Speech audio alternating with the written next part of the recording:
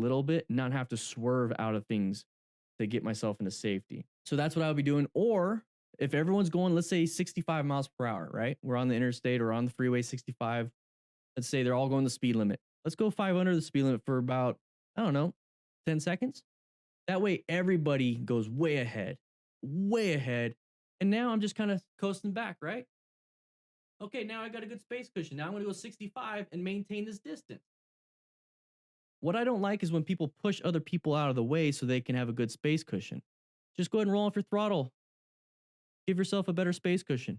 Get yourself out of there. I don't like this situation, though. It's a really terrible boxing in, no real escapes, no space cushions left, right, forward. Line of sight is terrible, too. I didn't like it. So right here, as soon as I see that, and CC sees it too, go ahead and apply some brake pressure. That way you also increase your space cushion again. Okay? If someone's going to take your space cushion that you have already established, like with this PT Cruiser, well, that's just the way it is. That's riding. If you can't handle this and you get angry about all this stuff all the time, you shouldn't be riding. Go drive a car. You get airbags, seatbelts, a crumple zone. You get a roll cage. That way you don't have to worry about this. This is further evidence how one drivers can expose others to danger. Good head check. Okay, we gotta, oh, as soon as you see something that's uncommon in a common situation, isn't it? So it looks like he spun out. Give him room to turn around. I'd be concerned about anybody behind me hitting me. All right, so right here, I just want to point out we have a good space cushion. That means we can see around the vehicle pretty easy too, because you know, if we're this close to a vehicle, you can't see my face very well. But the further you get away from it, look, you can see me pretty good, right? So if you're this far away from my finger, you can't see around me very well. If you're this far away from my finger, that means you have a good space cushion between, you know, you and my finger. You can see around and you can see my head. So you know where I'm looking now. So it's the same concept with this over here. So we have a great space cushion, and we could see around this small object now, okay? So that's really good. He's able to see. Now he noticed that he's getting closer and closer and closer. Watch, it's gonna get bigger and bigger and bigger. So it got bigger. He's doing a head check. He's gonna double check everything. He's gonna switch lanes. Okay, now you start seeing this uncommon thing in a common situation. You see all this dust being kicked up, a little tire and smoke. And then all of a sudden you see the front of a vehicle. Well, you shouldn't be seeing the front of a vehicle anywhere on the freeway. That means they're going the wrong way. So you see some tire marks right there. This person saw it ahead of time. We kind of see it. Look at where we're at though. We're lane filtering.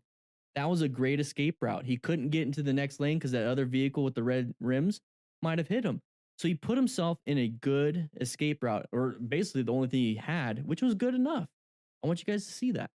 So we're going to get up to here. Now we got to start applying some brake pressure because we don't want to hit this vehicle. We don't know what it's doing. It's uncommon in a common situation. If you get that gut feeling of, oh no, this doesn't look right, it probably isn't. Okay, trust that feeling. Okay, so right here, what I'm concerned about now is I hope I guess it's, I don't know which way. Yeah. People back here. So all the people back here I'm concerned about from hitting me, right? So I don't want, guys don't hit me. I'd be concerned about anybody ramming the backside. Oh, that sounds terrible. Anybody that's going to rear end me because they're not paying attention. They might be white zoned out. So what I'm going to do is get myself in a better position for safety. I'm going to go over here and get around this vehicle and go. I'm going to get around that vehicle and go. Okay. Don't stay right here because you can get sandwiched between this truck and whoever doesn't pay attention. Yo, I want to say thank you to RevZilla for being a sponsor of this channel. Click the link in the description. No extra cost to you. It's an affiliate link. It helps support the channel. So if you're going to buy gear anyways on RevZilla and you want to get some gear, click that link and help out. Like I said, no cost to you. I'll see you guys around. All right, so we're going to come up to an intersection coming up. Behavior, the biker was convinced that he could see him. Intersection, orange stage. Speed bump, good. Slow down. You got side of the vehicle. You don't expect people to stop. Don't honk the horn. You saw it. Yeah, I was thinking about a shotgun mic. And for the lapel mic, I could just attach it to my chest hair. All right, so we're going over the speed bump. Remember, you lift your butt up a little bit, blip the throttle if you want to go over these nice and smooth. Yeah, buddy. All right, we're coming up the intersection. So orange stage. So you see a vehicle already moving that way. You see this vehicle kind of, they're not really slowing down. They're not stopping.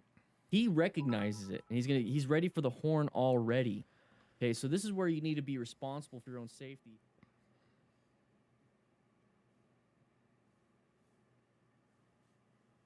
Oh, Scarlett, we're starting. What is up, everybody? It's a little dark in here. A little dark. I got a little shadows on here. What is up? This is my dorm room. I guess I gotta start. All right, everybody, go. Don't come in here. Go into the classroom. All right, guys. Jeez, let's get out of here.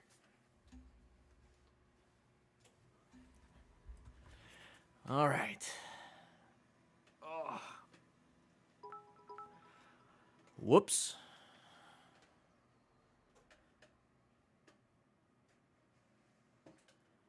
Whoopsie, whoopsie, whoopsie. It's a little dark in here. It's a little dark in here. 1 second. Where'd I go?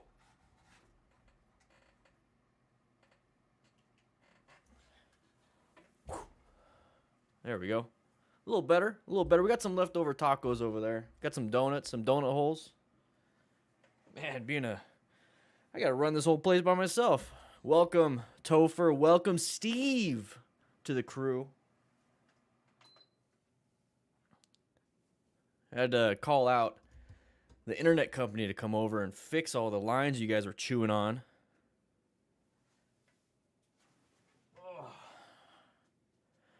So we got to get back into this video. This video is from yesterday. We kind of ended on this one. Everything crapped out yesterday. Sorry about that. Also, you guys liking the gray? Or not the gray, I'm sorry. I'm used to wearing gray. You guys liking the blue?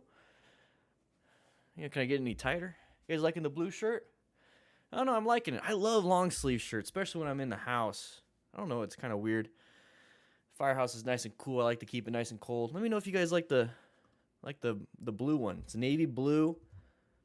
Okay, I got it off Amazon. It came here within 2 days. Within 2 days. Beautiful. If you have Prime shipping. Just realized I don't have the link in the description anymore. Guys, we're going to get started soon. How's everybody's day going? Sorry, it's a little early for me. It's 1 p.m. Mountain Standard Time. We're testing it out. Let me know if it's something that you like, because we can maybe keep doing it. I think 4 p.m. is a little late. In fact, I'm probably going to change tomorrow's live stream to maybe back to 3 p.m. We'll see how it goes. Let's see. Let me go ahead and get these. I love this shirt now. Now that they're sending them out super quick. Super nice. There you go. There's some shirts. Let me go ahead and add it to the description so we can get that in there from now on. I took it out because during COVID they shut down production, and I didn't want to have it there, and it's like taking forever to get there. So I got to put it back in the descriptions. It's a beautiful shirt. Love it. Feels good. Try to make it as cheap as possible, or inexpensive as possible. Not cheap. Cheap sounds pretty bad. Inexpensive as possible. There you go. From now on, it's gonna show up in the descriptions. Boom, boom, dum, done, whatever. Whoa, Amar Sinaga. Hopefully I said that right. Welcome to the crew. Sorry guys, I'm getting stuff situated. If you notice, this was yesterday's syllabus. So there's the video from 99 Lives that we're gonna kind of finish up. If you wanted all the timestamps for the original video, that's all there. To the patrons, So I gave a little note to them. So if you're a Patreon member, you get access to this. I sent it out already. And this is what we're going to cover today. All right, class, this is what we're covering today.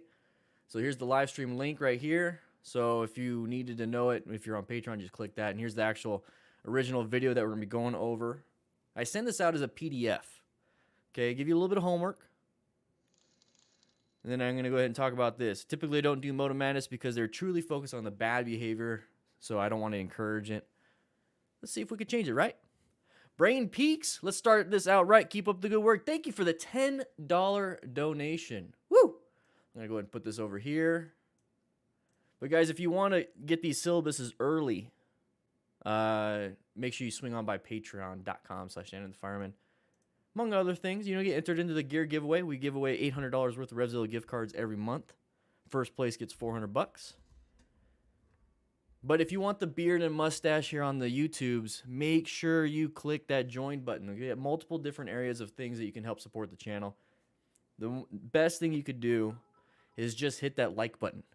Okay, you got to sign in. Anyways, got 100 people in here, only 76 likes, and Copper Top became a DDFM crew member on Patreon.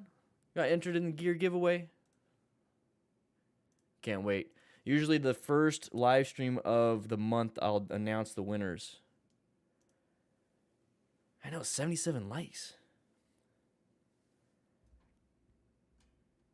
Yeah, rider horses, I get that. Yeah, I get that. I turn off all notifications except for a few people. Just for a few people.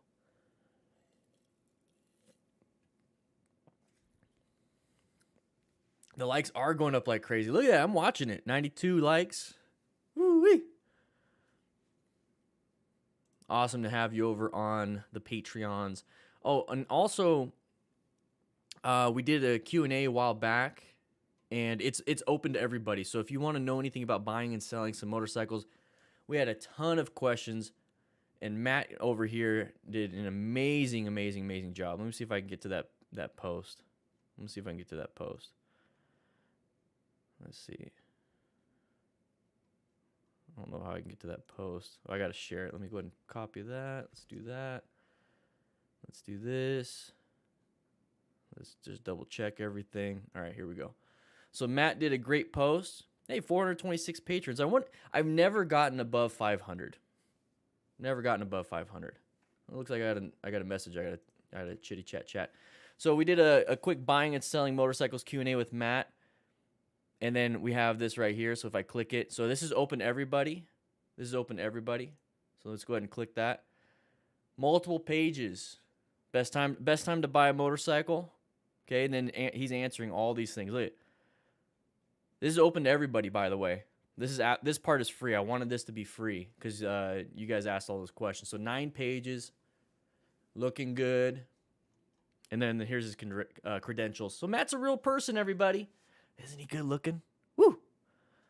He's a real person. He's just at Station 2. He doesn't get to hang out here. So I'll go ahead and I'll share this with you guys. Let's go ahead and click this, copy a post link. And it's pinned anyway, so if you don't even have to be a patron to get this part. You don't have to get a patron. Here, let me Patreon post. Boom. You don't have to be a patron. Yeah, Matt is real, Sean. For those of you in Texas, how are you guys doing? How are you guys doing in Texas? It's looking like it's almost too much. I hate seeing the destruction because I read something and it was like Texas, like just like Arizona, you build homes and you build places, you do things to keep yourself cool. So now all of a sudden it's going nuts. And so it's like you can't even keep warm now. Like you got like reflective roofing. You got as much sunlight as you can. You got all these different things. So then now you got all this snow and this craziness. And it's like there's no way your stuff is built for the heat for the cold. Your heaters can't work very well. How you guys doing? Those of you in Texas right now, how you guys doing? Or anywhere during that cold snap, how you guys doing? Whew. Yeah, I hope everyone's doing fine. I hope everyone's keeping warm. Do your own risk assessment on that. Go out and do what you need to do. Don't go crazy driving.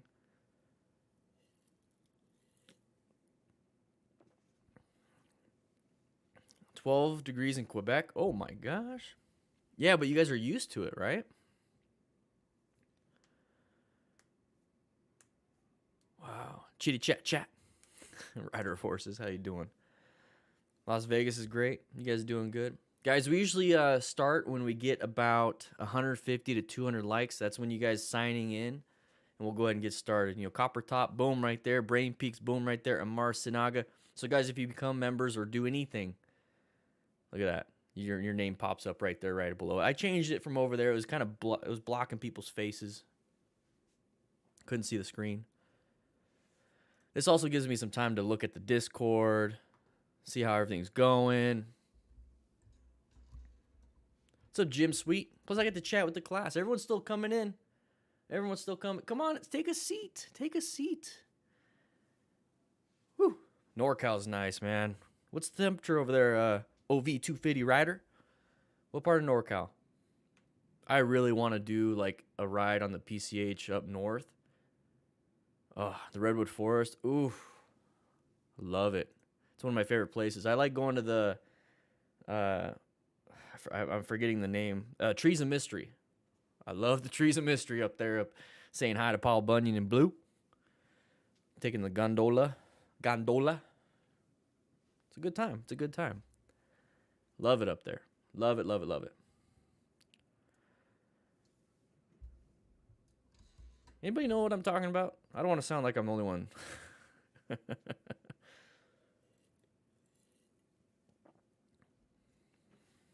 Good country up and down Highway 49 is amazing. Nice. Nice, nice. We're going to get started pretty soon, guys. 111 likes. If you guys are just now popping in, you got to sign into class. Hit that like button to sign into class. Get credit for today's class. Mid-teens and no power or heat. That is rough. I hope people that need it to stay alive get it, you know. Hopefully everyone can tough it out. There's only so much your body can produce when it comes to heat, so there's only so much you can do when it comes to internal temperatures. And that's I'm kind of speaking from like a hypothermic and thermal regulation type thing. At some point you have to have external heat. At some point. Internal you guys got to be careful, man. Got to be careful. You start looking at the effects and stages of hypothermia. Be very careful with that. I mean, shivering is one thing, but uncontrollable shivers, teeth clattering is when it's getting bad. When your teeth are clattering, it's your body core temp is going low. You got to get something. You have to get something. You hitting the track on Sunday? Man, I want to get out and do something. I really do. Had some discussions with Matt about a few things, and I think somewhere we can fit in on any moto and you, man, easily. I'm thinking more like a Top Gear type thing, but from the perspective of a motorcycle safety person like me. Matt is he knows how to buy and sell motorcycles. He knows a lot about the intricacies of some, specific motorcycles, and from his perspective, I'm thinking of adding maybe you with the perspective of track and like high end motorcycles. You know what I mean? Like 3 different perspectives talking about the same motorcycle. What should we call it? What should we call it? Low gear, high gear instead of top gear? I don't know.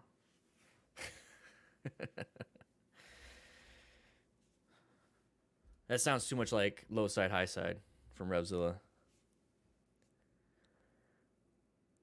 Wrong gear. Call it wrong gear. The wrong gear. No, that sounds too much like the wrong hole. I completely missed the Redwoods, but I did a lot of PCH when I lived in LA. Yeah, Sean. Ooh-wee. Bottom gear, dropped gear. Slipped gear. I don't know. Something. I don't know. I think it'd be funny.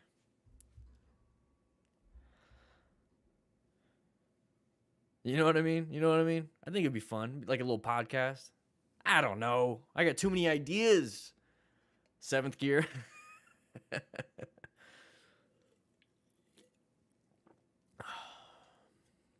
False neutral. I don't know. All right, guys. I think we're going to get started. We got 120 likes. I can't expect too much. It's a little early. A lot of people are still in class. Still at work. Can't make it. Type in the comments if you're in work right now. Reverse gear. Hey. We'll come up with something. We'll come up with an idea. Maybe we can make it work. I don't know. I'm drinking a Diet Mountain Dew. Just something easy. Something easy. So we're going to just kind of get past through this one real quick. I had to change the lights because they were like right in my eyes, and I started getting issues with my eyes. So off stream, everybody, off when it's not class time, I throw on the glasses, the blue light filter glasses. Helps out quite a bit, actually. Work gang, no beer. No beer right now. It's a little early. I still got some work to do after this. Got to go back to my office and do some editings.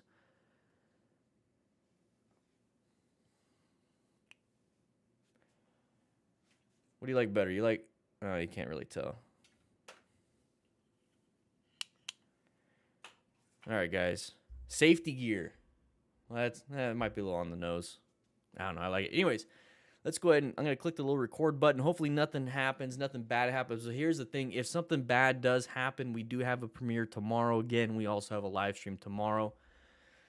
So here's the thing. We're going to go ahead and get into this. All right? Let's go ahead and get past this one. Can't believe it. Do you guys want to see what happened there? I'm not going to talk about it because we already talked about it. Pretty scary. Oh, it's Maple Leaf. I didn't notice it was Maple Leaf. He's a great rider. No wonder. We had Maple Leaf on the show a little while back, and I was like, I want him as a crew member. And look at him. He did a great job. I should have known. He's a smart rider. Full gear. I like full gear. All the gears. All the gear. No, I'm just kidding. All right. I don't know. Can't believe you. All right, here we go.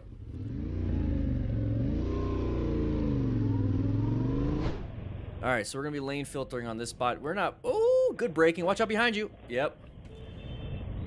And he's on his phone. I would check the tire. I'm not too concerned about the tire damage because you hit potholes and it's typically fine.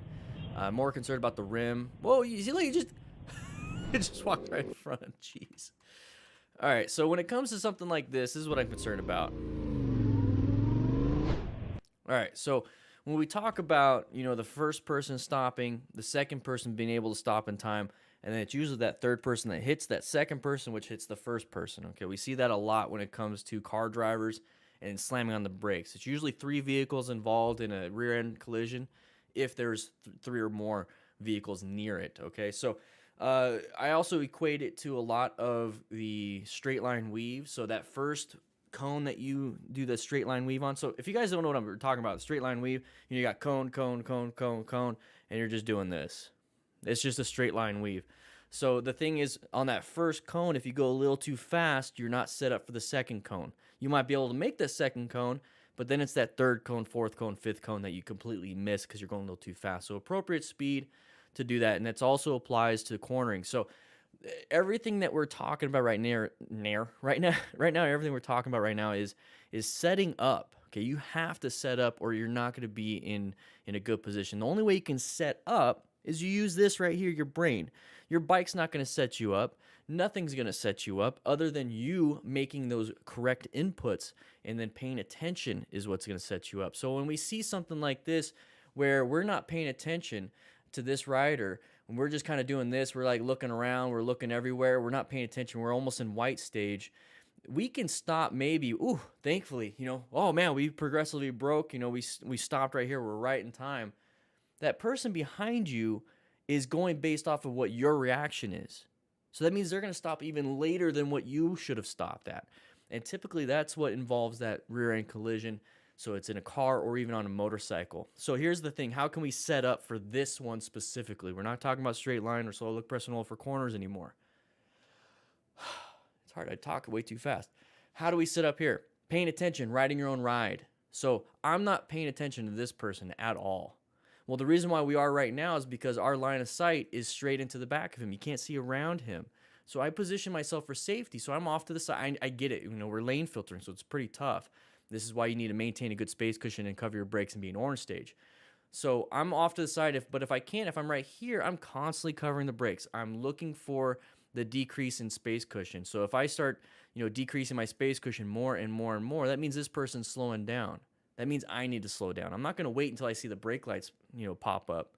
So you have to maintain and get a good visual representation, orient yourself to what that space cushion is doing. Is it going smaller? Is it getting bigger? Is it going smaller? Is it getting bigger? You have to modulate that.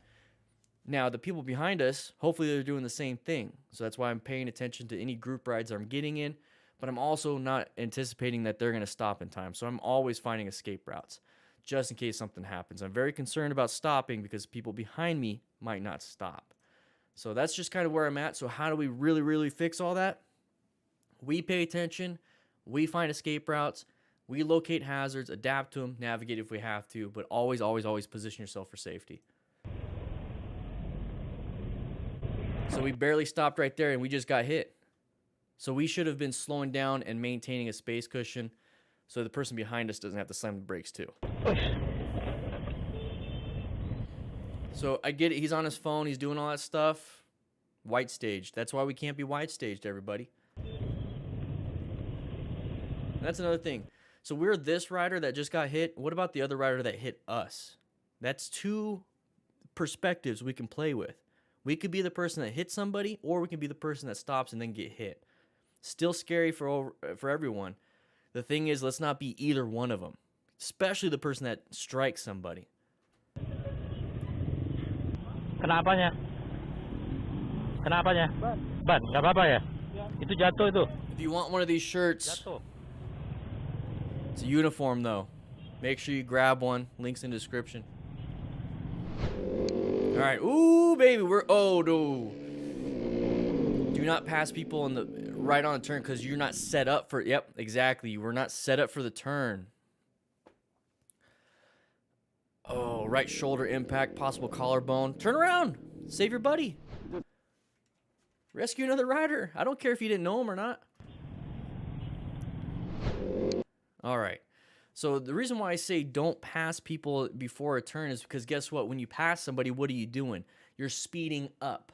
Okay, you're speeding up. So that means you're not doing the slow portion of slow look, press, and roll. I get it. There's other things you can do. You can trail brake so you can get some weight on that front tire. So that means you get more traction. Therefore, you can turn in a little bit easier and even quicker because you already have the tractions for the turning. Anyways, we're not talking about trail braking. Okay, because remember what we do here on this channel. We're caring about commuting. Okay, I know we want to have some fun and we want to do that, but here's the thing. Take a look. What's all this? Beautiful. That's my fun. Who here rides for the view? I like the fact that I don't have cage bars and I have this huge dash in front of me and I can't look left or right. I have to look over the window.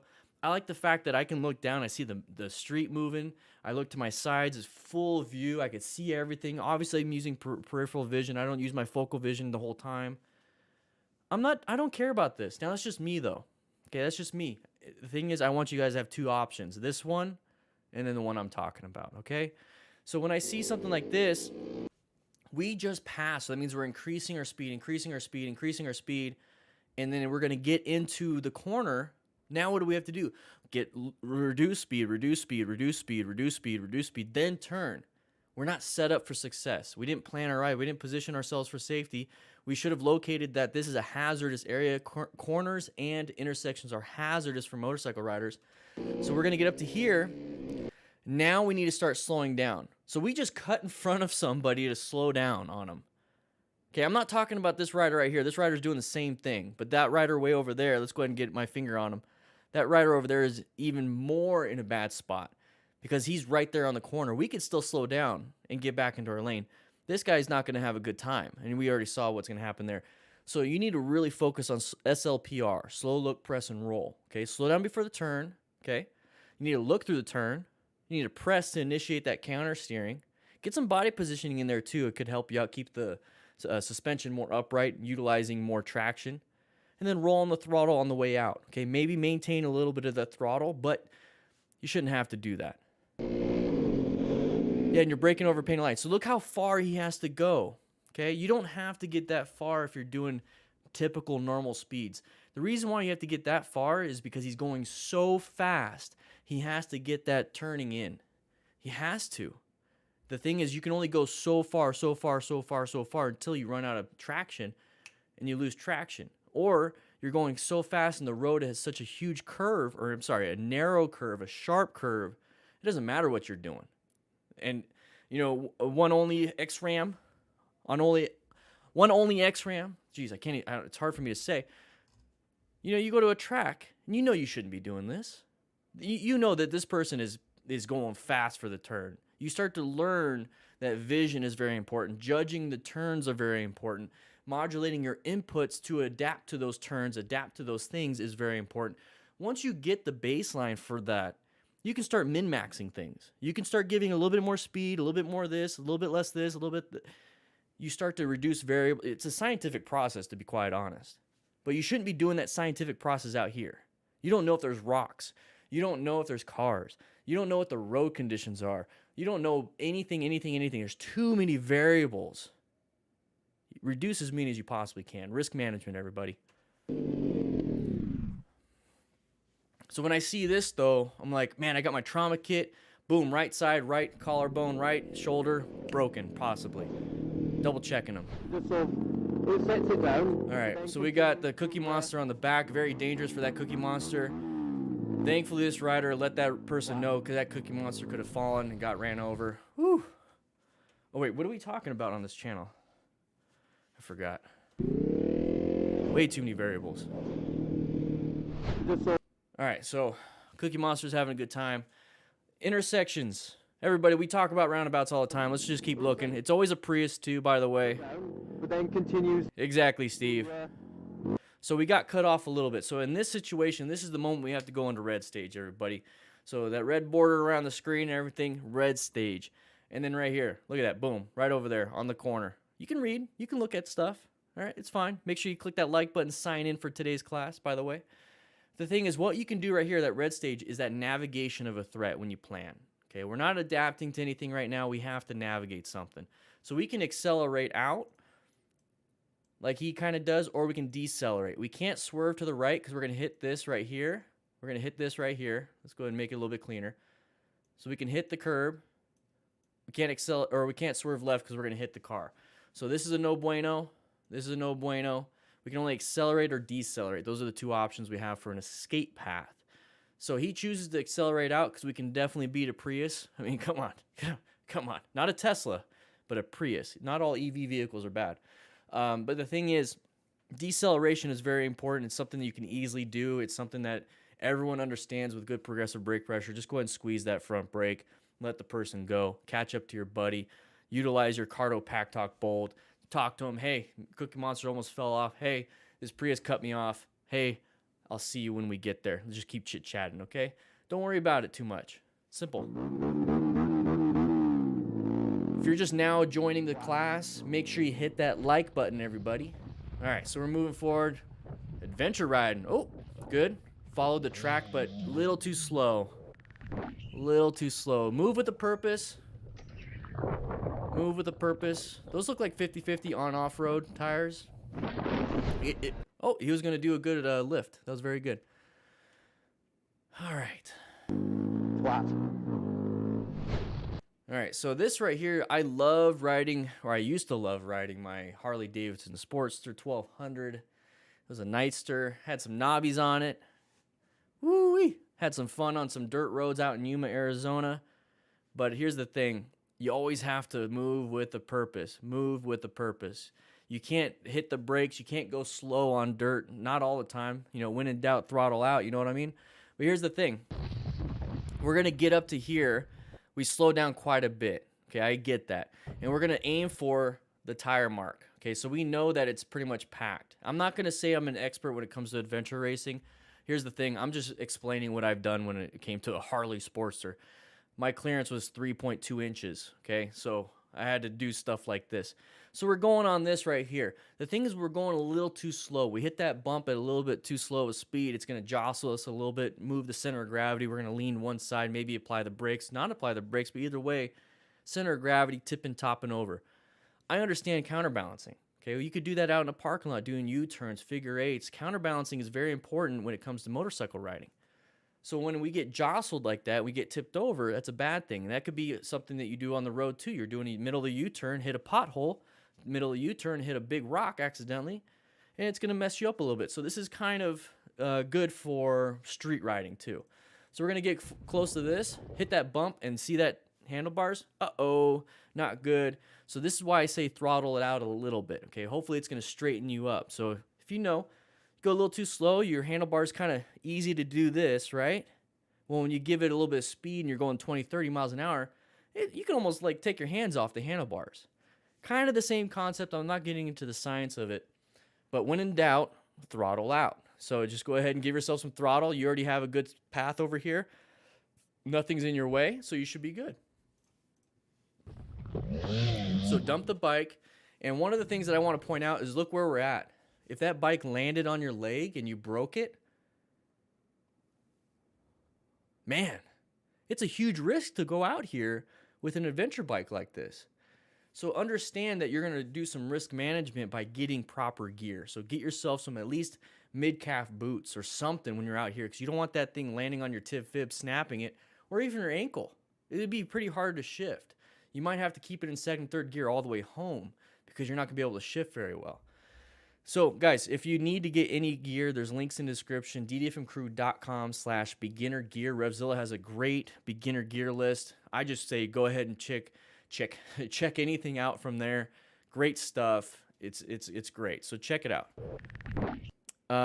So what boots did I end up buying? I haven't bought them yet, but I'm still stuck with the two of them. So this is what I like right here. This is the one thing I really like. So he's going to go ahead and turn around, and he's going to lift his bike from the backwards. So he's going to walk it up using the leverage of the bike. Utilize the bike itself as a way to do it. And I do have a video on how to lift the bike up two different ways. You can manhandle it like you're doing a tractor tire, or you can get like what he's doing, get low, grab some spots, make sure you don't grab any hot parts, and you're basically just kind of walking it up, utilizing the tires as that leverage to get it up. I'll link that in the description pretty soon, okay? But yeah, just check it out. Just look up Dan and the Fireman lifting a bike, and you'll see it. It was with my Sportster, too, by the way. Uh-oh. Yellow light. Oh, cut in front of somebody. Anjir. Aduh, anjir, crash. How'd your helmet fall off? Look, no retention system. Where's Tom? Ayo bang. Aduh. Nah, abang melo aja, udah tahu depan dia di melo. Oh.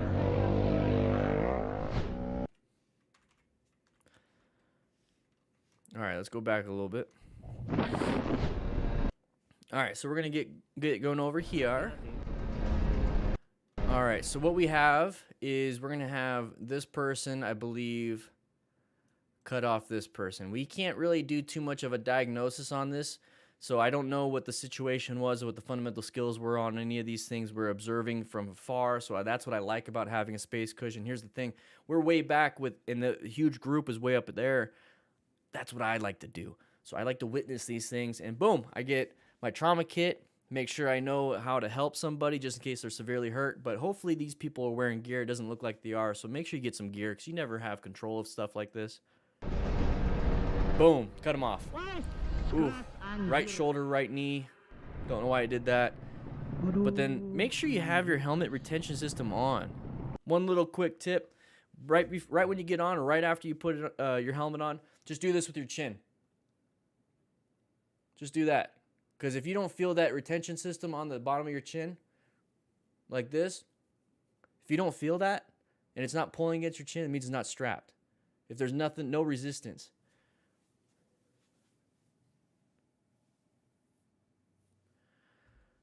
Sorry. Daniela, riding pants that aren't wild. Hey, Robert, welcome. Hey, welcome back. Long-time member. Big gray beard. Is it gray or is it rainbow now? Daniela, anyone know where I can get some good riding pants that aren't wildly expensive? About the only gear. I love my Reax overpant. It's an Alta Mesh pant. So the Reax Alta Mesh, great pants, relatively inexpensive, and they fit over pants that, let's say you're riding to work or riding somewhere and you don't want to wear them all day. You can take those off and put them back on if you want. But they have knee armor and then opportunities for hip armor. Now, I don't know if it's going to fit you or not, but I love them. I absolutely love them. I have suspenders, too. Ayo bang. Aduh. Nah, abang melo aja, udah tahu depan dia di melo. Oh. All right. right, so we're at a track, so he's already mitigating a lot of risks. Very good, using a 360 camera. Oh, what do you think happened? A lot of rain. Got a little bit of loss of traction issues with the rain. Looks like it got dumped. Look at all that right there. Hey, but here's the thing. We're out on a track. He's got sliders, so he mitigated a lot of risk. Full gear. This is where you push your limits out here. This is where you practice your skills. Instead of running into the side of a mountain, you just kind of slip and slide, and everyone's else having a good time. And I want you guys to see real quick, okay? Just in case he went a little too fast and he kept going off to the bottom right of the screen, we got a nice runoff and we got tires stacked up. So it's hopefully going to minimize any type of that impact. It's almost like having armor on the wall. Okay? We're not going against the side of a cliff, or we're not going off a cliff. We have huge runoffs. Look at all the grass, huge runoffs. Let's go back just a little bit.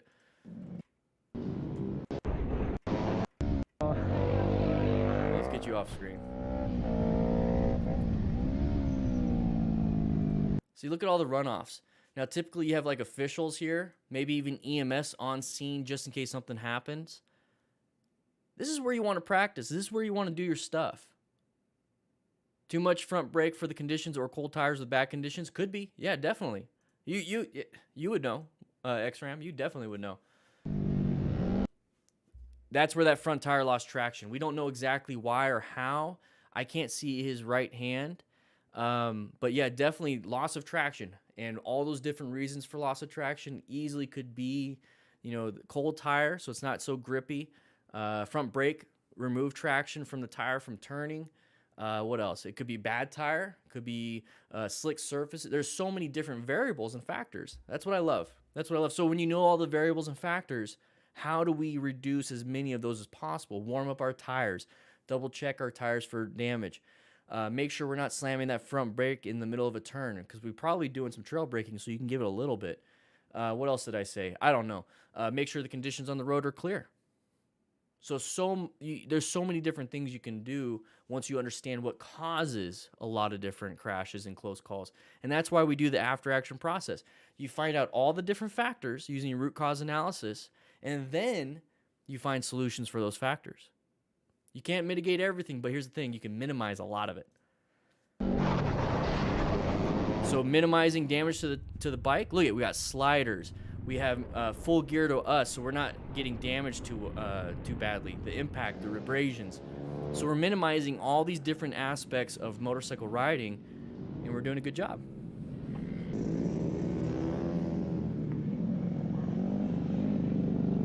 It looks like fun, doesn't it? I'm sorry, go back a little bit, and we're gonna go back a little bit.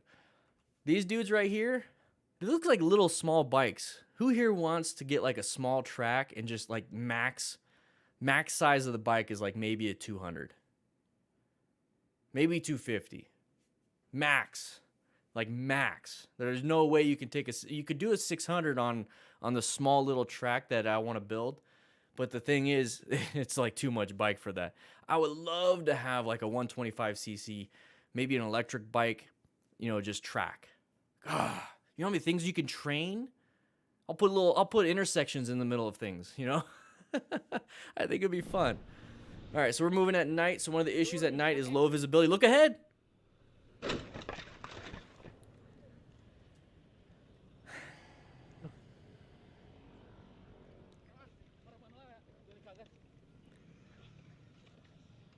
You gotta pay attention. What's pertinent to you, where you're traveling, is what's important. Ferritin, my big goal is to have my own track. I think it would be amazing. Just a small track, though, to teach the fundamentals, not about speed. So this one's pretty easy, pretty simple. He wasn't paying attention. White stage. Let's go back just a little bit. He was white stage, not paying attention to what's in front of him. He was paying attention to the left side of him.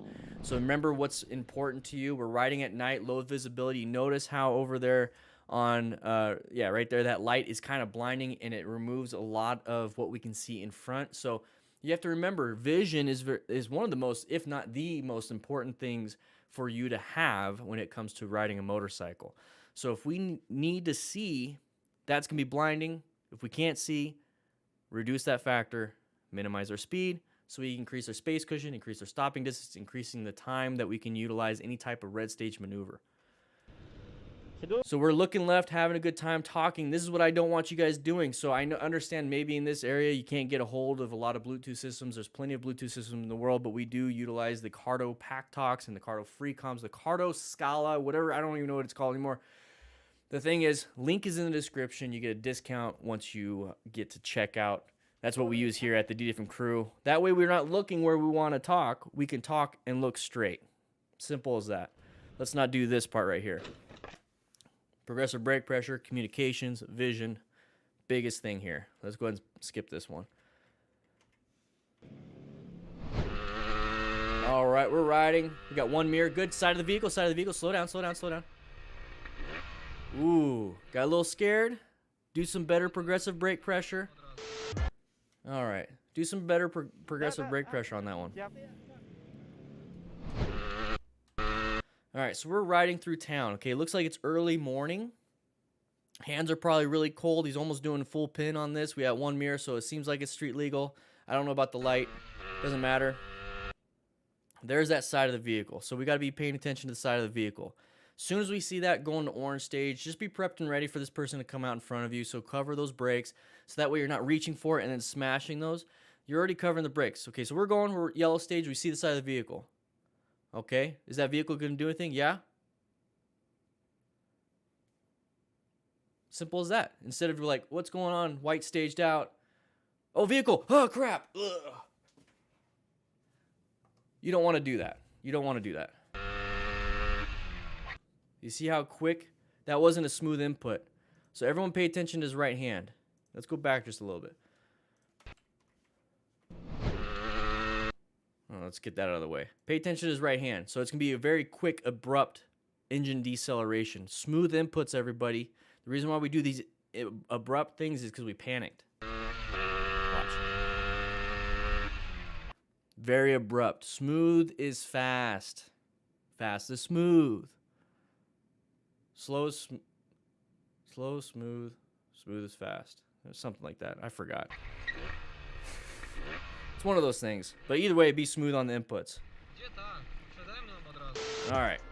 So we finished that one up. We kind of got kicked out of yesterday's thing. So here's the thing. This is the cool thing about being a part of the Patreon is that we have access to what's going to be happening up next. Okay, so we have the full list of things. This is the Moto Madness video that we're going to go ahead and talk about. So let's go ahead and let's do this. So if you are a patron, you get this early. You can click it. Hey, look, we're going to talk about this video now. All right, any day now. So we're going to talk about this video. Boom, look at that. And here's the thing. If you wanted to know, hey, you know, what's the link to the live stream? Well, I also put that in there here too.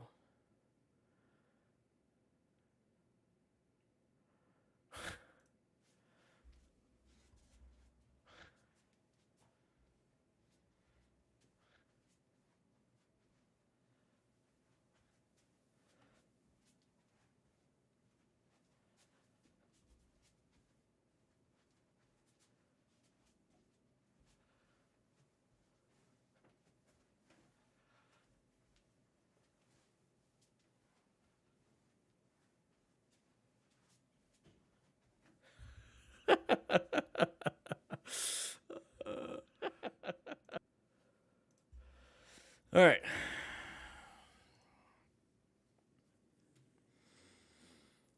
It's too early, guys. This class is just too much fun. I think somebody put something into the donuts. Woo-wee. We have 4 new members today. 4 new members today. Welcome, Steve. Welcome, Amar. It won't let me see the other people. Anyways, welcome every new member.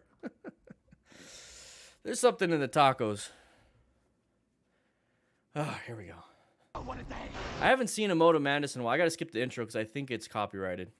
All right, so here we go. I haven't seen a Moto Madness in a while. They're typically showcasing a lot of bad behaviors and then emphasizing those bad behaviors. So let's see what we got.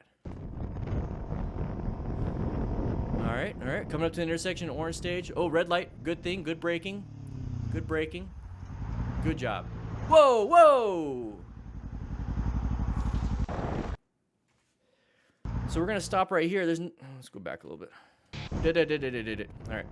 So he's doing head checks and everything. We're getting to the intersection now. There's not much we could do in this situation. So we're doing what we have to do. We're applying the brakes. We're stopping. These dum-dums aren't doing that. They're white staged. These people are definitely white staged, not paying attention. And the only thing that we could possibly do to mitigate the severity of the incident is acquiring and utilizing personal protective equipment. Okay, he did what he had to do. He was situationally aware. He stopped when he needed to stop. He's applying good progressive brake pressure. But if any of these people hit him, hopefully it's going to be at such a low speed that the impact is not going to have any life-changing or life-altering or life-ending injuries. So I really hope you wear full gear just in case. Get yourself a back protector, an actual CE level 2 back protector, full gear, helmet, everything to reduce any chance of TBI or the severity of TBI. That's the reality of motorcycle riding, everybody. It's just one of those things. It's very rare. It's rare. You don't typically see this even when you're driving your car. Gotta be careful, though. You gotta do what you can. In a car, we have full, protective systems. We got airbags, seat belts, crumple zones, A, B, and C posts. We have roll cage. What do we have on a motorcycle? Nothing. It's just one of those things. Oh, I'm just glad he didn't get hit. All right, we're moving forward. Oh, I think I've seen this one. It's going to be a U-turn. Good job moving around. We're going to talk real quick on that one. It's going to be a very brief one. All right, so he's not using a rock form mount. Grab yourself a rock form mount. Link is in the description. Maybe would have helped him out a little bit. I'm just kidding. I don't know. Maybe not, but the thing is I love mine. Anyways, we're moving forward right here. As soon as you see this uncommon thing in a common situation, let's get my marker out right here. As soon as you see that, go ahead and apply some progressive brake pressure because you do know that where this nose is pointed, it's going to be in your path of travel. You don't know exactly where it's going to go. You don't know exactly what's going to happen. So we need to utilize the space that we are given right now. Thankfully, it happened way ahead. Let's utilize the space we have now, progressively brake, wait for the dum-dum to get out of the way, and then we should be golden. It's kind of what he did. So he originally wanted to swerve or move to a different lane to get away from that person. That person took his spot. There's that side of the vehicle pattern. He recognizes that they're going to keep going that way, so we're going to go that way. So he changes, he adapts to it, navigated the hazard. Very good planning, Besso, 95-95. Good job. Then honk the horn when you're out of safe or when you're in safety. Perfect. All right, moving on to this one. Interesting user interface here. So we're maintaining a good space cushion. Very good. She's on her phone. Who cares? No, we're not trolling. All right, it seems like we're gonna have to do an auctioneer type style video on this one. We're just gonna go ahead and get mad at this person. They're on their phone. We should be paying attention to what's in front of us. We got this big semi in the back. Damn it, Lucy, I can't hear you over this crazy biker. Oh, we're trolling her because she's in a bug. Whatever. Move on with your day. You're having a better day. You're an 04 Triumph Daytona 955i. As Spades 32. Get out of there. Just go.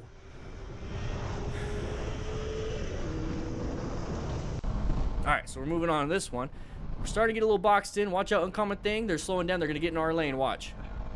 No? Okay. This one? There it is.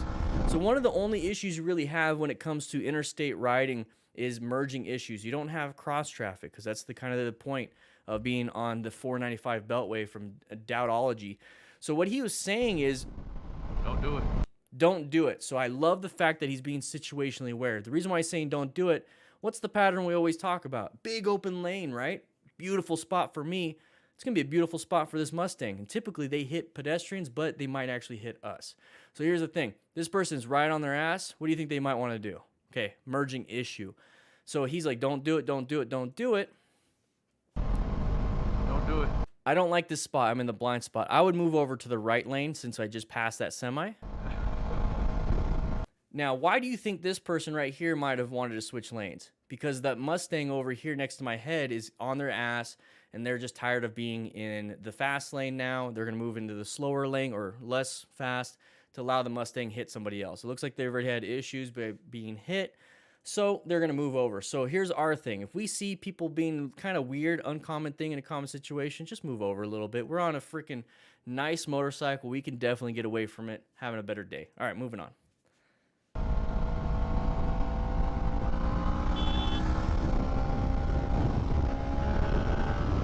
See, we could have easily sped out of there. All right. So we're gonna be riding on this. It looks like we have a decent space cushion, good line of sight. We can't see over the crest of the hill very well. Oh, there's a second car. Okay. Looks like we're getting prepped and ready for us. Okay, we're passing. Oh, sorry. They want to pass too. Good progressive brake pressure. Get ourselves back into our lane. Get ourselves back into our... There we go. All right. Sorry I paused it. I got a little excited there. All right. So we're going to be behind this person. So when I say it's okay line of sight, it's because our space cushion is so good. Okay. This is a pretty good space cushion. So the further you are away from somebody, the more you can see around them. So the more this person is increasing that space cushion, the more they can see around. Now, what I like to do when it comes to position for safety is that I like to be off to the sides. This way I can see around anyways, okay? So I wouldn't do this one right here because the other thing about positioning for safety is that I want escape paths. I can't escape to the left, I'll hit a curb, but I can escape to the right if I had to. So that's why I would be off over here, okay? That's why in that position I made that conscious decision, an educated decision to be over there. So now I can see, now I can escape if I had to. And here's the thing. We're going to go ahead and do that. So we're moving forward a little bit right here. And it's like, okay, I want to pass. I want to pass. I want to pass. I want to pass. Now right here, this is that crest of the hill. You see how you can't see the rest of the road? That's because you're going over the crest of the hill or getting close to it. You can't see around it. It's a vertical blind turn. Think of it like that. So we're speeding up, doing a good job speeding up. We see a vehicle coming. Now we do. Imagine trying to pass before that crest of the hill. Boom, we would have hit that car. So we have good line of sight to where now we can see that there's no one behind that white van. We're going to go ahead and say hi to Chris Bryan for entering the motorcycle gear giveaway, which is linked in the description, by the way. So he's going to go ahead and pass. Now, if we want to pass, you have to start remembering this. If you want to do something, assume somebody else wants to do something. That car right there also wants to do it. Assume they want to. So if you assume they want to, you're prepped and ready for anything that would happen if they decided to do it, right? So you're getting ready for that braking. You're getting ready for those escape routes. You're locating hazards, adapting, and navigating. Plan, plan, plan, plan, plan, plan. Put that in your head. So we're going to get to this part right here. As soon as we see that, boom, we're going to do this. Now, here's the thing. I'm ready to not commit anymore. I was committed to this passing. I was committed to doing this. But here's the thing. This person took it. I was committed. Now I'm not. So I'm going to go ahead and get up there. Oh, crap. This person is in my way. I'm going to go ahead and decelerate a little bit, and I'm going to go ahead and get back into my lane and then wait for another opportunity. Because you're going to see why. This is what I don't want to have. So now I'm stuck behind this person. Imagine if this person took their time to get back into their lane, and there's somebody coming our way, and they get back into their lane to make themselves safe. I'm still in this lane with that car coming at me. So imagine they just got into the lane, and there's only enough time because there's a car coming here. Where are you going to go? Where's your escape path now? Can you swerve left? Can you swerve right? Can you decelerate? Can you accelerate? No, none of these. Your lanes are completely taken. So that's why I wouldn't have committed anymore. I committed to it. Person cut me off. Okay, cool. You can have it. Get back into my lane. I'm going to look one more time. Okay, cool. Now I'm going to go. That's the scary part. Thankfully, there was no other cars coming. All right, lane filtering. It's in Australia. Let me know if that's legal in Australia. I don't know. Utah and California, it's legal.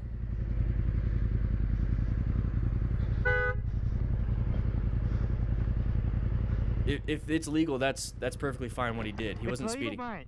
Oh, okay. It's legal. Yeah, it is. Okay. I'm not. Huh? Well, it'd be your fault, wouldn't it? Yeah. You're a f***ing idiot. Yeah.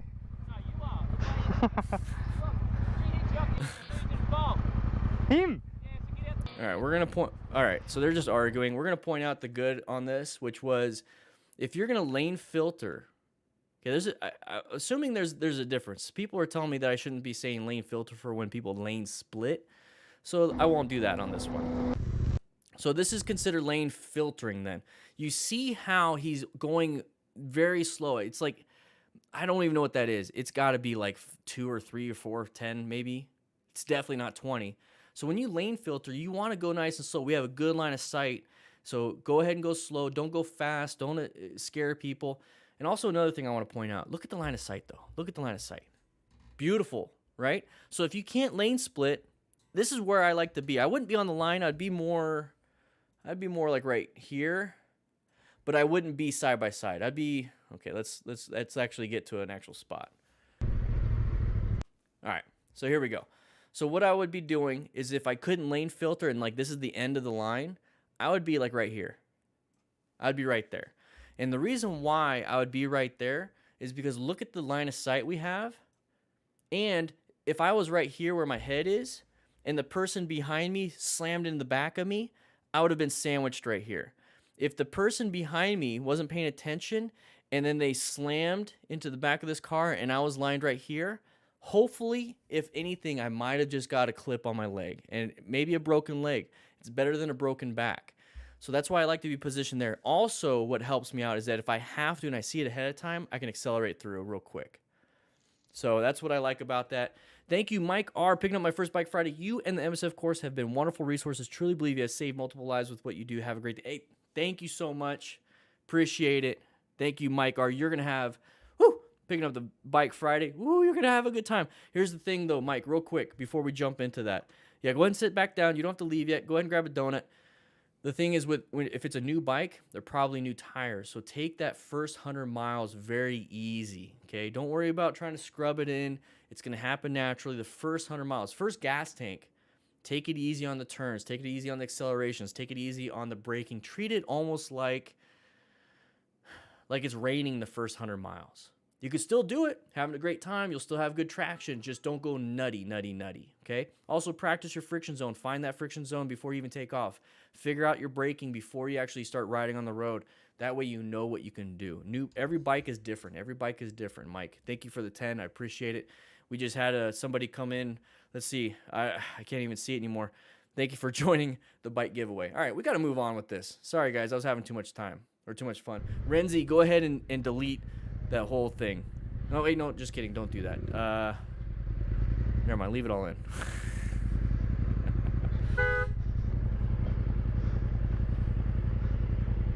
Never mind. If you don't know who Renzi is, he's the new editor for the DDFM crew. I appreciate all the work he's doing. Link is in the description if you want to check out his stuff. Yeah.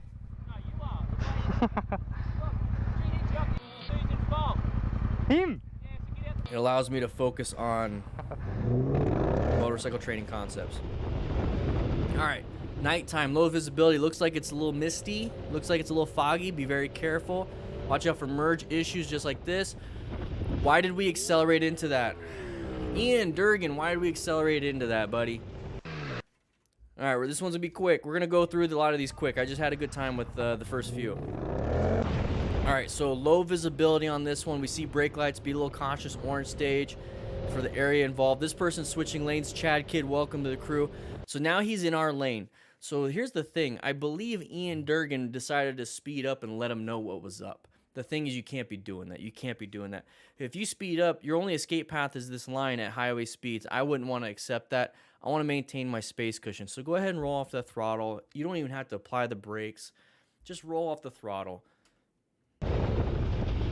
So he applied the brakes, ABS kicked in. You guys see? Look at his lights. Watch. Look at the pattern on the lights. Let me go ahead and rewind it a little bit. Watch the pattern on the lights. I'm going to go ahead and put it at 75% speed. A little choppiness. Who here has activated their ABS on when they're riding and accidentally activated ABS by applying that brake a little bit too hard? Write it in the comments. Let me know. You feel that choppiness? You feel that choppiness? That's what happened there. So if he didn't have ABS, what do you think would have happened? Let me know in the comments too. If you slammed that brake a little too much and the ABS didn't kick in, what do you think would happen? That's why you got to practice, practice, practice, everybody.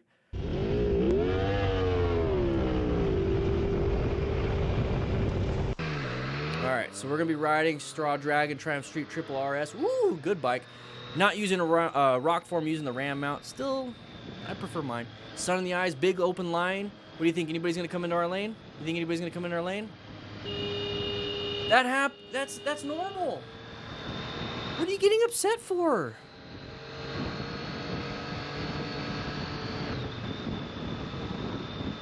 What are you getting upset for?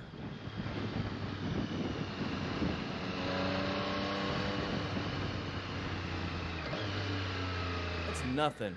We're going to move off of that one. Big open lane in front of us. The person merged in front of us. Non-issue. Punch their window. Punch their window. No! Whoa, whoa, whoa, whoa, whoa, whoa, whoa. Punch their window. Punch.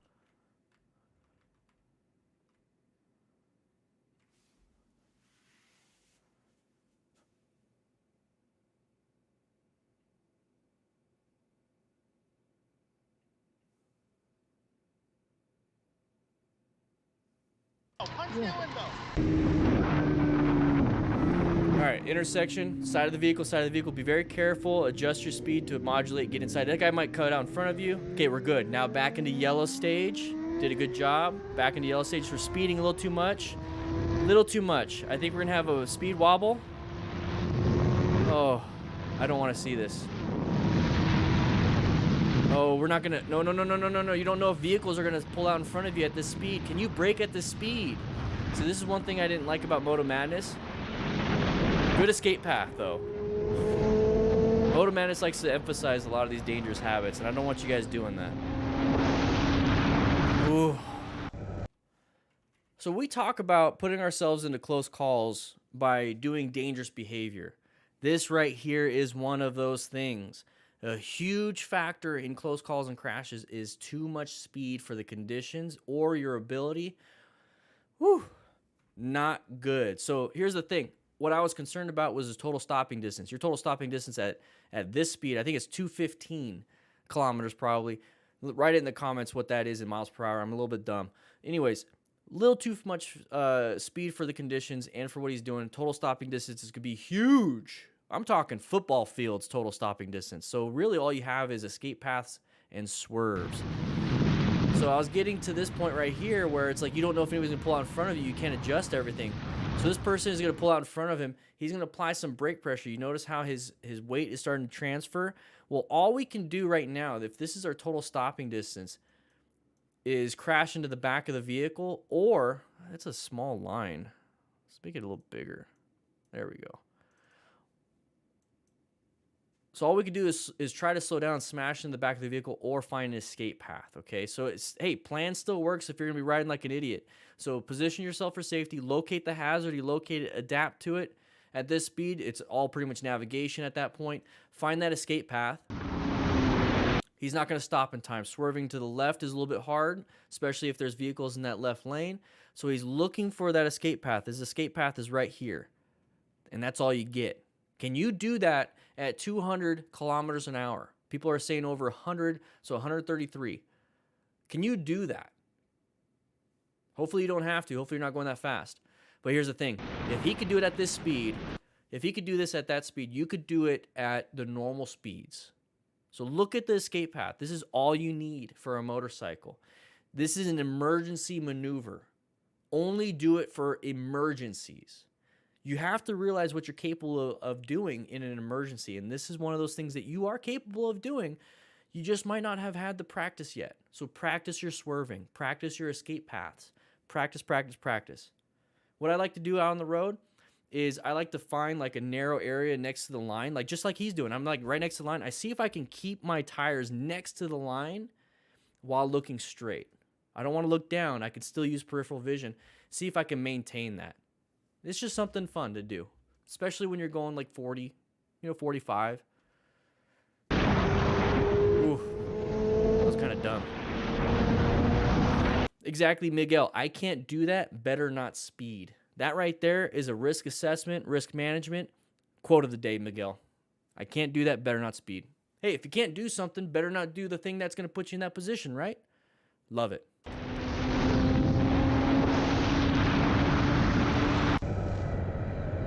All right, so lane filtering, good speed.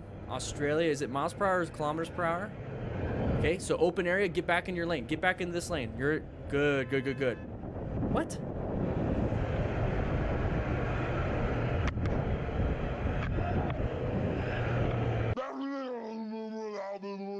Do people just not, in Australia, not know that you can lane filter, I guess? Well, can you? One sec. Can you? Lane filtering, Australia.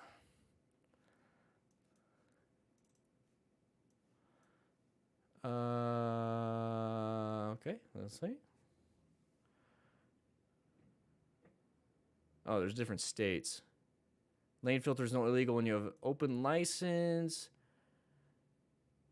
Legal at low speeds. Legal. Tasmania, where all the tigers are. Similar to other states.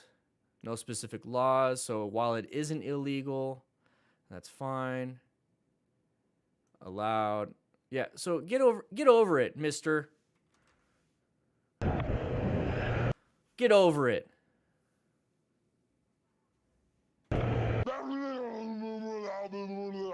If done correctly, it is safe.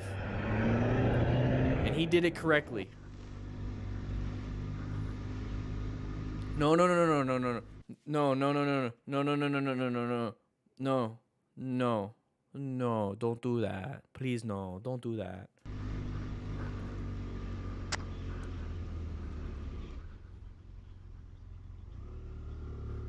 See, they like to showcase a lot of the the motorcycle rider being the Karen. Don't be a moto Karen. It's a police car, alright, so don't rev your engine, okay? Pull over, I'll give me a license, pull over. I don't know who you are, mate. That's true. That's true. I don't know who you are. Now you do, though. I wouldn't pull over for a plainclothes anybody until lights and sirens popped off and they showed me their identification. Hey, lots of people have gotten murdered and stuff by listening to some plainclothes saying I'm a cop. So know your rights, especially in America. You know your rights. You don't have to. You call 911 if some plainclothes person says that they're a cop. Call 911, and then deal with 911 and say, okay, I'm not. This isn't legal advice. And robberies too, dash cam. So right here, okay, doing decent, good speeds. Watch out for this bicyclist. Okay, side of the vehicle, side of the vehicle, side of the vehicle. Good to slow down, slow down, slow down, slow down, slow down, slow down. Ooh, I would not want to be trying to do stuff on wet roads. Whoa, did you see that till last second? Did you see that car coming at us till last second? That's why you need to be paying attention and not looking back and calling people wankas. Danny Zamau. Welcome to the crew, baby. That's 6 new crew members today, everybody. If you want to be a crew member, it's only $2. You get the mustache to start, okay?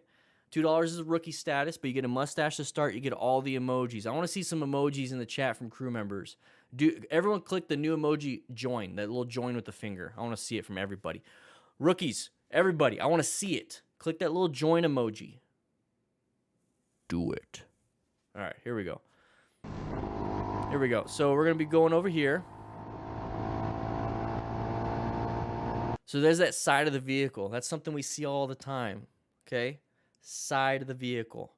Pay attention to that. It means it's going to be a possible path of travel violation. Look at all the joins, baby. Ooh! Love it. As soon as you see that, what you can do is start rolling off the throttle smoothly. It's still going to do some good engine braking. There's Danny Zamau. It's still going to do some good engine braking, but then now while you're engine braking, you can reach for that front brake and start squeeze, squeeze, squeeze, squeeze just a little bit. We're not talking, to stop. We're talking to slow down a little bit, but you want to do it smoothly. When I say squeeze, squeeze, squeeze, squeeze, you see my fingers, how slow they're going? That's all you need to do. And then when you're straightened up on the straightaway, you can squeeze even more. You can handle it, but don't do this part right here. Honking the horn instead of squeezing. We never went down in speed. Now imagine trying to swerve last second with all this water. Boom, traction loss. Did you see the water ahead of time? No, you didn't. So I'm not going to give him the benefit of the doubt of be like, oh, I made a mistake. I didn't see it ahead of time. Well, you shouldn't have put yourself in that position to swerve last second, Keith, right? I mean, come on. So we're going to get up to here, and now we're going to go ahead and accelerate to pass. Not smart, especially you didn't have a good line of sight for any vehicles coming. So we're going to get into this lane. Whoa. Whoa. Come on, Moto Madness. This is like we're filmed with a potato. So we're going to get into this lane right here. Oh, we're losing frames.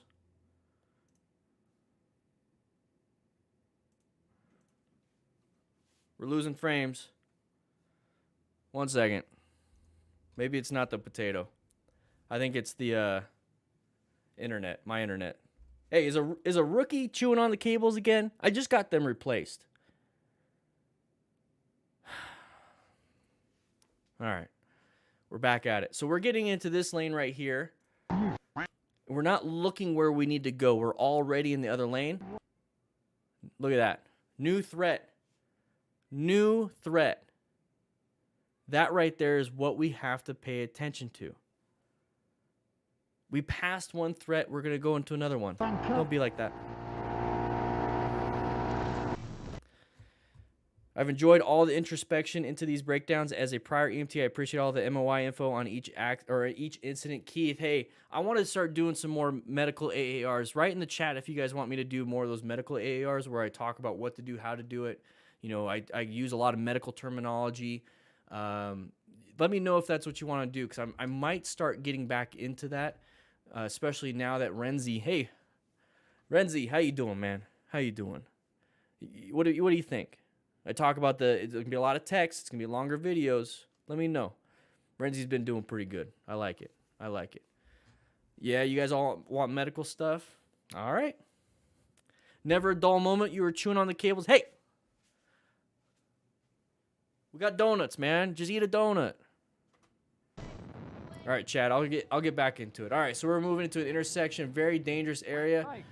Non-issue. That was a non-issue. All right, I'll find some crash stuff so I can do that. All right, so he's gonna get upset for no reason. Wanka. All right, so we're getting into an intersection. Orange stage, prepped and ready, knowing what to do. I didn't see him look right at all, but he's looking left, okay? So right now, this is what we're doing. Okay, this person decided to go non-issue. We're going to decelerate just a little bit, and then we're going to get in between these vehicles. It's as simple as that. We're going to merge between vehicles. It makes it easier. Everyone has a good time if we do that. So when I saw this, I was like, what the heck? Non-issue. Right, Doc Wheels? Right? Non-issue.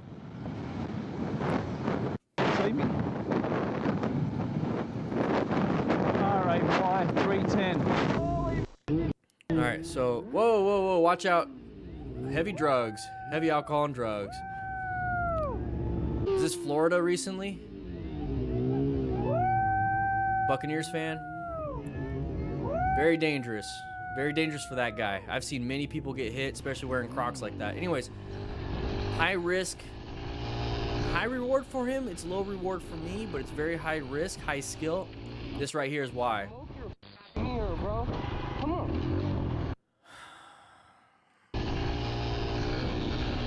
So here's the thing. If that vehicle got into our way, okay, if it got into our way, we have to lower it and then apply the brakes. That's why it's high risk. Okay, we added more to our reaction and then braking distance. Okay, we had to proceed, but it took forever to react. I don't. Great AAR, man. This is great AAR. That's fine. Here, bro. Come on. Do your own AAR. Come on, bro. This is his AAR. We'll play game, Jungle? No, see, this is where you get shot. Right in the back of your truck. This is where you get shot. Why not? You can Yeah, bro, where you can get next to him. You can get next to him. You're on a motorcycle. You're just afraid he's gonna, sideswipe you into other vehicles, right? Okay. You did a risk assessment there, but not earlier. Like that, bro. All right. Like, they're the people who get their cars destroyed in the streets. Okay. Crossing wheels, Kawasaki Ninja 250. Here we go. Whoa, tailgated. Not good. I'm just trying to follow the flow of traffic while keeping a safe distance. Good.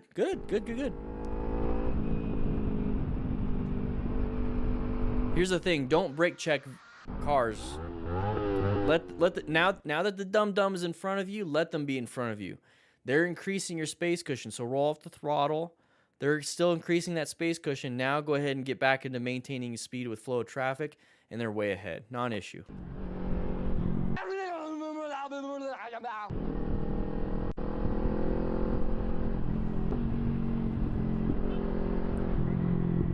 We're just gonna power through a lot of these. These are all gonna be short videos, Renzi. All right. Why is this person slowing down? Because we're having to slow down to maintain speed with this weirdo. Oh, they're throwing trash. Okay. What a douchebag. Is that what we're getting upset about? What's your problem? What? Why you throwing at us? Bull dude, I got you on camera, homeboy. There's a better way to start that conversation. Everything. There's a better way to start that conversation. Literally say, hey man, you threw some trash out, it almost hit me.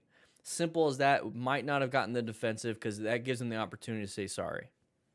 When you get at somebody and start yelling at them, screaming at them, they're going to be like, okay, it's a fight. When you go over there and say, hey, this happened to me, and they don't say sorry, leave it alone. You're not going to get a sorry out of them anyways. Verbal judo, everybody. Learn it. No, someone threw something out of your fucking car. That's how people get fucking hurt. You're on everything. I swear to God. About you can take your mom and dad's car home before I call the cops. Get over it.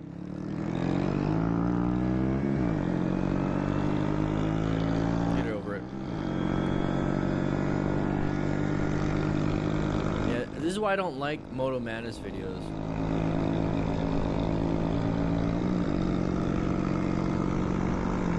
Yeah, I don't like Moto Madness videos. All right, sorry guys. I don't have no care for that. For those of you that are just now joining, make sure you hit that like button. I see 330 people in here. You haven't signed in yet. Let's go ahead and make our way. Where do you guys want to go? You want to hang out in my dorm room or do you want to hang out in the office? What do you guys want to do? Angel Crisis, what do you feel like? Thank you for helping us stay safe out here. Hey man, that's my duty. That's my duty. I'm a public servant. That's my main thing. What do you guys want to do? Write in the chat.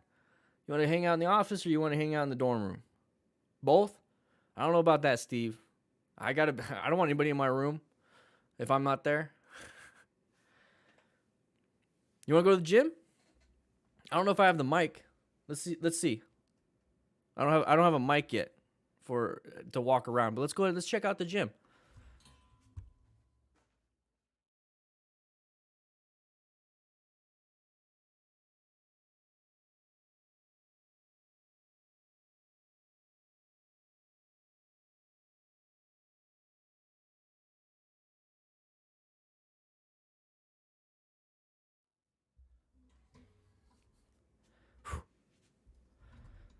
Sorry, I didn't have a mic. I don't have a mic to carry. It's super far away. The garage is still under construction, I believe. Yeah, the garage is still under construction. Yeah, way to change some things out. Let's go to my office. All right, everybody, go ahead and take a seat. Mods get to sit over there in the chairs. Everyone else crisscross applesauce. We're going to hang out a little bit. Whew. Oh. Caca en los pantalones.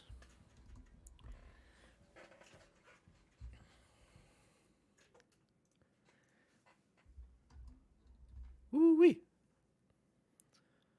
No, don't sit on my helmet. So what we do here typically is we start to wind down the class. If you just joined, please hit that like button to sign in. You'll get credit for today's class. We do have, before you leave though, we do have another video going up tomorrow. So make sure you click that reminder button. Let me go ahead. I'll get the link for you guys. So don't leave yet. Don't leave yet. I'll get the link for you for tomorrow's video. So here we go. Tomorrow's video.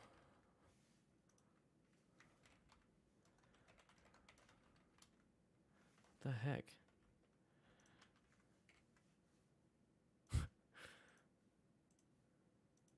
Whoa, Streamlabs, calm down.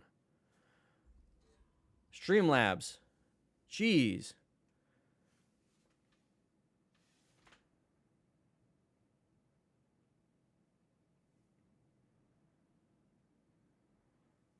Not all at once. Tomorrow's video. There we go. Yo come manzanas? I love apples. I love apples. I eat apples.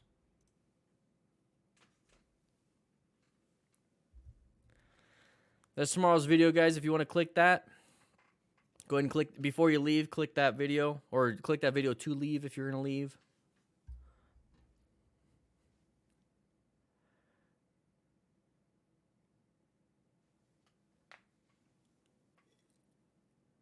Do you have any recommendations on where to go learn first aid for helping other? Doug, Stewart, I think Robert actually said it in the chat. I do have it linked in the description. It is going to be roadguardians.org. So I have it in the description. There's the medical training right there. You guys click it, use the code to get some discounts. I don't get any money from that discount. It's just I'm an accident scene management instructor myself, so they allowed me to have a discount for any of my viewers. It's the online course. It's $5 off, but it's like a $20-something course, so it's a huge discount. People are saying there is a max wrist crash. Now, here's the thing. I don't do a lot of things for max wrist anymore. Like, I don't do a lot of his stuff. But I will check this out real quick.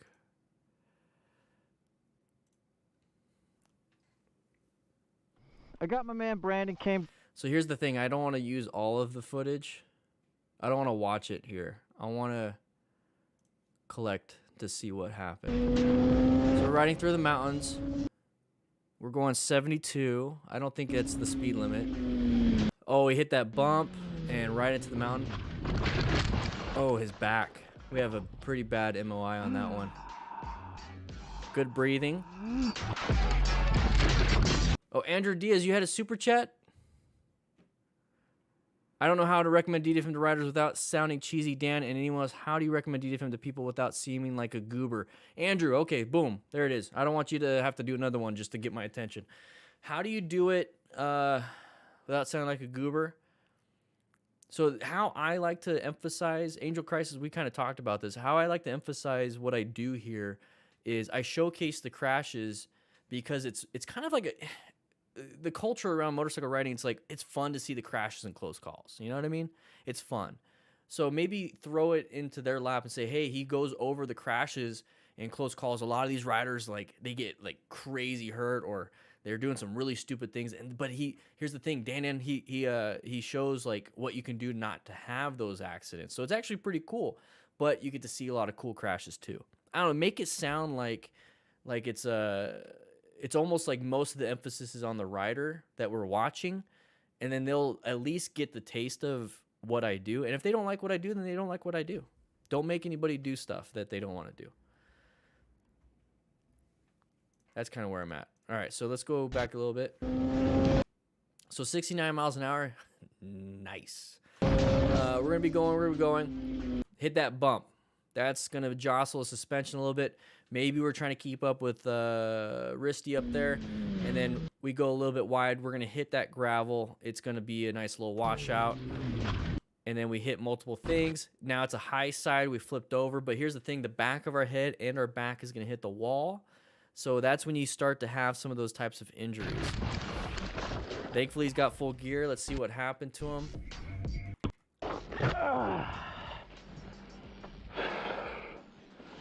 Okay, so already a good sign, walking wounded. The reason why I say walking wounded, because he is walking and he's probably wounded. Simple as that. That thing is destroyed. You can see where the tire grabbed traction right here. So he's going. He starts to slip and slide, and then boom, grab traction, and then high-side it over. So the fact that it grabbed traction here, and then he's right here, it means he did most of his braking going into it. So he actually minimized a lot of that damage that he did to himself. That's as much as I want to show of him. All right, let's go back to my office. Yeah, I need to do more of the medical stuff. I do have quite a few medical videos, but the thing is, I want to make sure I have my trauma kit. We're still waiting on a few things, getting the trauma kit ready. Oh, I'm dropping all my shit. Still waiting on a few things. I'm getting it all prepped and ready. I'm going to make sure I get 2 tourniquets inside of it. We're working on those things, but I want to have the training for you. If anything, you can get the training right now from atkinsoncene.org. But I'm getting a trauma kit for you. I'm working on it, guys. I'm working on it. No, they don't have to be camo. That's the bag I just got. I tested the bag out. I just grabbed the first one. I want to have a red bag or an orange bag or a black bag. That's what I want.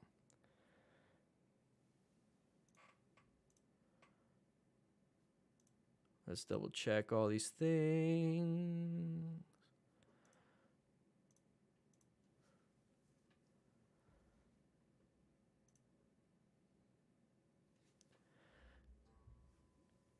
Andrew, you'd want one?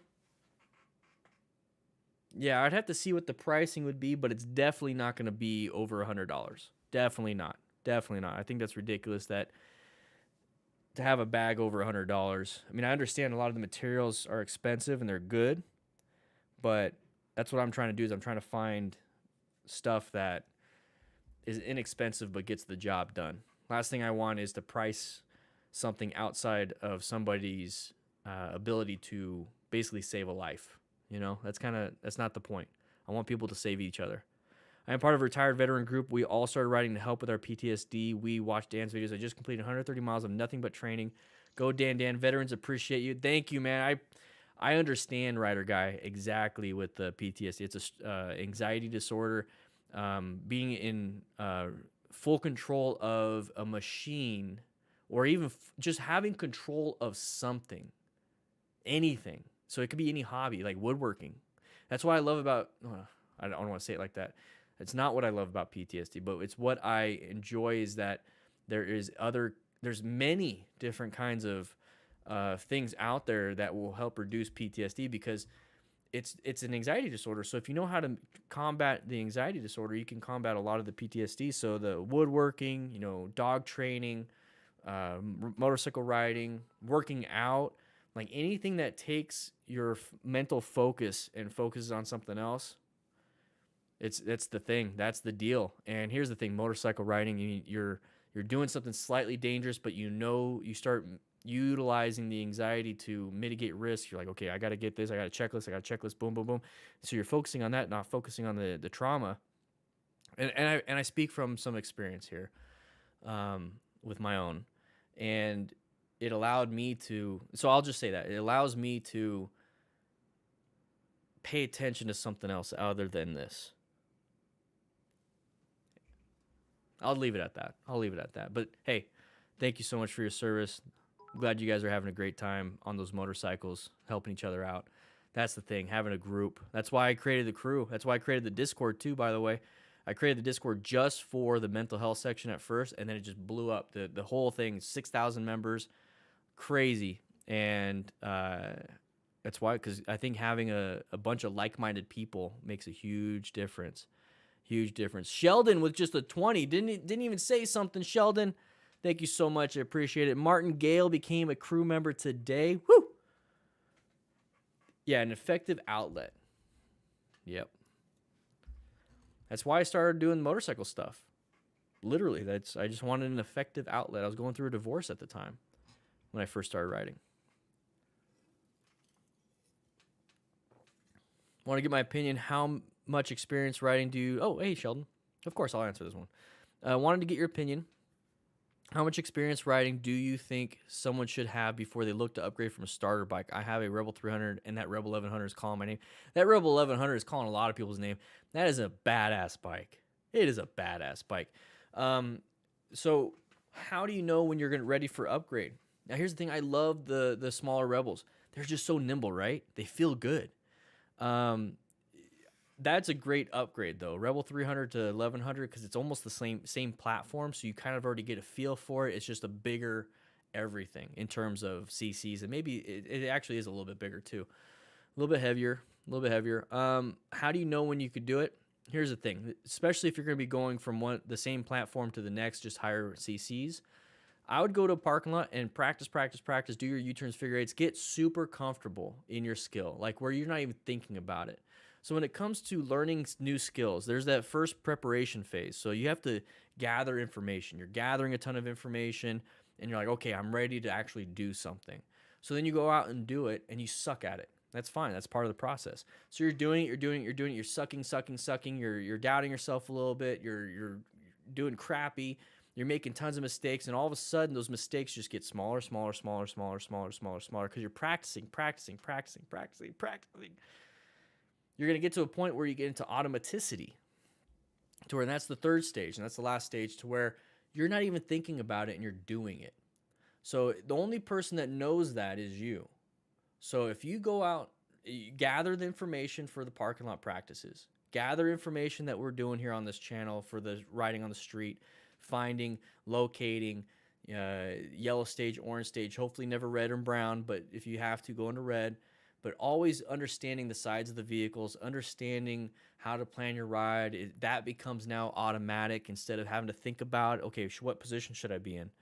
If you're thinking about what position should I be in, you're not ready to upgrade. So you need to get to a point where you're not doing that. It's just kind of almost like flowing water when you're getting on the bike. And then in the parking lot, it's almost like flowing water you're dancing with the bike at that point. You're just dancing with it. That's when you should be okay to upgrade. You don't have to, but you can. If it's calling your name, do it. That's when you can upgrade. And then when you upgrade, you have to go through that whole process again. You have to gather new information about what's new to this bike. There's a lot of things on that bike that's not on the Rebel 300. So do that when it's new to this bike. You're finding out the new friction zone, new throttle positioning. You have to figure out the new counterbalancing because it's a little bit heavier in different areas. You got to figure out all the different modes because I believe it has like a couple modes.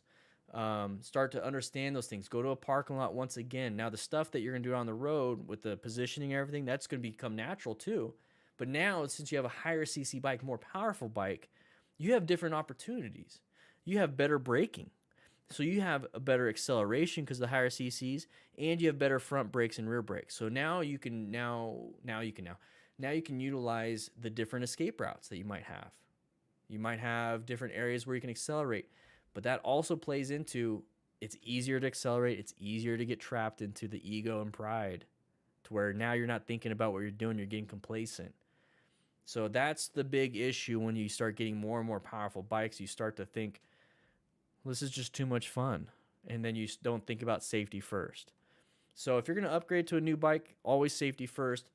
Don't upgrade to a new bike until you have gotten at least some of that automaticity going. And then when you get on that new bike, still don't be complacent, safety first. You have to retrain for that bike. It's going to be a lot easier because you've been training a lot for that other bike. So it's going to be really easy for this one too. But you have to remember it's going to be difficult. You're going to make mistakes. You're going to screw up a lot. When you go to a parking lot, minimize those by getting protection for the bike and yourself, but practice. And then you'll get into the point where it's automatic for you. I hope, I'm really upset I didn't record that whole thing because that's a great, I truly believe that. That's how I do anything. And that's the thing, that's not just for new bikes. Do that for everybody here in class, or not in class, I'm sorry, in my office. Do that process. You first gather information, you go out and practice it, and you suck at it, but you keep plugging at it, keep going, and you're minimizing any risks by, being safe and doing some risk assessment, and you're going to get to the point where it's automatic now. It's a habit. Do that for anything and everything you do in life. Anything and everything. All right. Oh, you're going to have some fun. Area code. Sometimes that happens.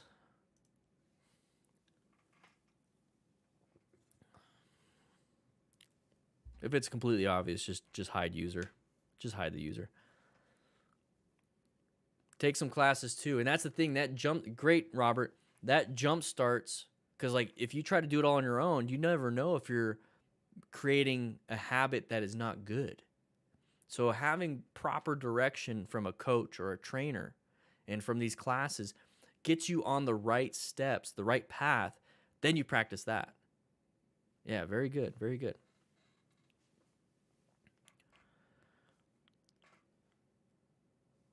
Just one more dog. Yeah.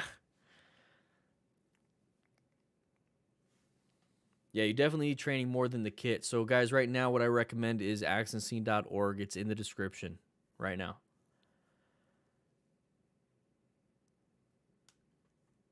I like to practice like I play.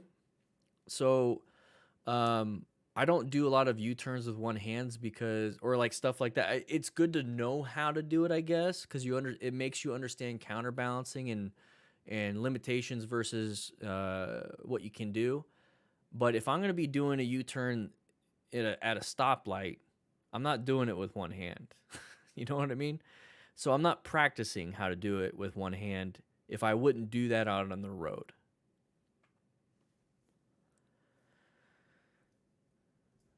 But I understand why you would want to do it and practice it, because then it lets you know all the different things. Yeah, me time. Exactly. Oh yeah. Guys, before you leave, before you guys are taking off, go into the Discord. Discord's free. There's that link right there. Click that link and you get access to the Discord for free. It's a free Discord. A lot of people make their Discords behind a paywall, like you have to be a member or a patron. No, we have a crew lounge. If you want to be a member and a patron, you get access to the crew lounge. It's a little slower chat. It's not a lot of people constantly talking. You can actually kind of hang out and relax and chill. That right there, if you're a member on Patreon or here on YouTube, you get, just sync them both up. You get access to that. But the public, anybody can get access to the lounge, mental health. We have a training center for parking lot practice, new rider questions, maintenance and gym, maintenance and gear in the gym. Yeah, we got all that stuff. Lots of cool stuff. Yeah, the crew lounge is the VIP lounge. It's where all the burritos and tacos and carne asada is in.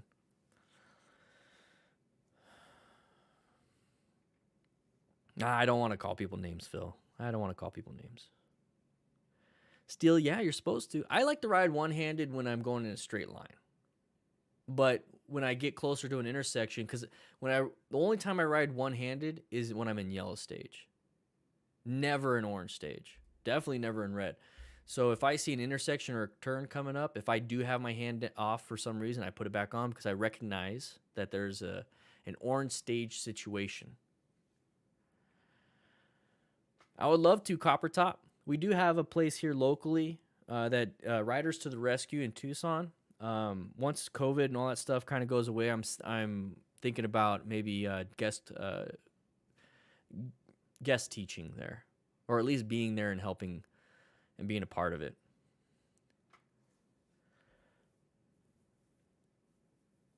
Area code, that'd be good. I might put, here's the thing, just a little a little behind the scenes, everybody. We got 200 people in class in my office. Make sure you hit that like button. We're almost at 300 likes. Let's hit 300 likes real quick while I talk. So a little behind the scenes, I'm working on the e-course. I'm working on some of the diagrams. And the thing is, you get to a point, there's a part in psychology with coaching, is that you get to a point where the coach or an experienced somebody, 300 likes, baby, woo!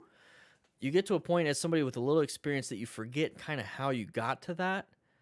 And then you assume your level, like you get some experience, and then the things that are difficult for you would be almost impossible for a beginner. The things that are easy for you are difficult for a beginner. So you always have to figure out where you are with your own training compared to somebody else with their lived experiences. So for me, when I'm making these I got a lot of them right here. I already digitized quite a bit. Yeah, it's hard to see. I already digitized some. So I'm thinking, oh, this one's pretty, it's pretty difficult for me. So I'll put that as this mode, but it would be almost impossible for a new rider. So once I create it, I got to do some beta testing. So I'm going to pick a select few people, and I'm going to give them complete access. It's free. Once I create the e-course, it's going to be free for those select few people that are going to beta test it. And then I'm going to find out if a true new rider can do it or not. Because if they can't, then I just made it too difficult. I still want it difficult for somebody with experience, so there's always that progressive overload. But what is my goal? My goal is for beginner riders. So I'm going to create like an easy, medium, hard mode, much like a video game, guys. I take a lot of stuff from video games. I'm a streamer like a video game. I have classes. Guys, everybody, men, women's. Here's the thing. So I'm creating an easy mode, a medium, and a hard mode for the same exercise, for the same course, so that you can transition wherever you feel. Maybe you started off on easy mode. You're like, man, this is a little too easy. Well, you can transition to the medium size. You can transition to the hard if you want. Oh, this one's too hard. I'm going to put it back down to medium. That's still too hard. Put it on easy. I'm going to practice it until I can do the medium one and the hard one. That's why it's taken me forever, everybody. That's why it's taken me forever. Oh, definitely. All mods, all admin, get access to that. Angel Crisis, exactly. I'm just going to say that one more time. Exactly. Why not model training, motorcycle training, gamify it to where people enjoy the training? Because what is the goal? My goal isn't to sell video games. My goal is to create safe riders. Why not make it fun? Trust me, I look into psychology of everything. That's how I knew that, the preparation, training, automaticity, it's the coaching mechanisms, adult learning principles. I'm constantly reading about psychology. Once you understand the base layer of things, Angel, I'm pretty sure you know this. Once you understand the base layer of how things are learned and taught and what people are willing to do, you can modulate and create a system for anything. You just have to know what it is you're talking about, and that's the hard part. That's me. That's why I got an editor now, so I can completely focus on doing the psychology and the training, and not have to edit. Jeez, it takes forever. Yeah, Mike Art. Yeah, MotoJitsu has stuff like that. Yeah, the belt system is a progressive overload system, and it's fun. I agree. The system is good, and I'll leave it at that. Duck Napper, fellow MSF coach here. Love your videos. Hey man, how you doing? I let my MSF coach cert lapse so I can focus on this full time. But hey man, glad that you're still doing good work. I love the MSF. There's nothing against them. In fact, they're the best. Because I love their principles. I love the mission. Love it. Can I ask a question related to motorcycle modification here? Yeah, if I can help, I would try to. If not, we do have that Discord where we have a maintenance and gear section and new rider questions. And we have a lot more smart people when it comes to that kind of stuff. But I'll try. Marcus, 40 years of riding? Wow. Amazing. Yeah, so yeah, Angel, you can make it toxic and manipulative all you want. Definitely. Especially if it all depends on your goals, right? If your goal is to just make money, you're going to use it for bad. My literal goal is how can I make motorcycle training fun? You know what I mean? Motorcycle training isn't fun. But it's so essential into keeping people safe. I got to figure out a way to make it fun. I have to. I could do the same thing. Hey, guys, let's go to a parking lot. All right, set your cones 20 feet apart. All right, it's about, 2 to 3 parking spaces, and do a U-turn. No. It's not fun. So I got to make it fun. I got to make it realistic. I got to give the real life consequences. Everything I do is literally just how can I make it to where a rider can be safe. That's literally it. I don't care how I do it. As long as it sticks with my principles. I'm never going to stray away from the smart rider principles. Ben Stein, I haven't heard that guy in a while. Did I go to South Mountain Park last weekend, Dan? I think I saw it. No, I've been in Tucson this whole time, man. South Mountain sounds like fun though. I haven't ridden it yet, which is weird. I live like 2 hours away from it. Tyrell, the passing something, getting a badge, definitely we're working on certificates. What we're gonna do is not endorsement related. You can't get your endorsement through us, but we're gonna prep you to where you just go to the DMV and you can definitely get it yourself. Copper Top, you thought Moto Madness stuff was normal until I watched you. I'm glad you're watching me because it's not normal. And that's the thing. That's part of what I want to do is I want to grab people that think that's the norm and give you a second option. So the badge stuff, I was thinking of, you guys want to see something real quick? I'm terrible at this. I'm used to keeping things. I'm not used to keep. Matt's gonna get mad at me for sharing stuff like this. We're working on it. We have multiple designs, so don't worry yet. This isn't the finished product. What do you guys think? What do you guys think? Guys, we got more stuff coming.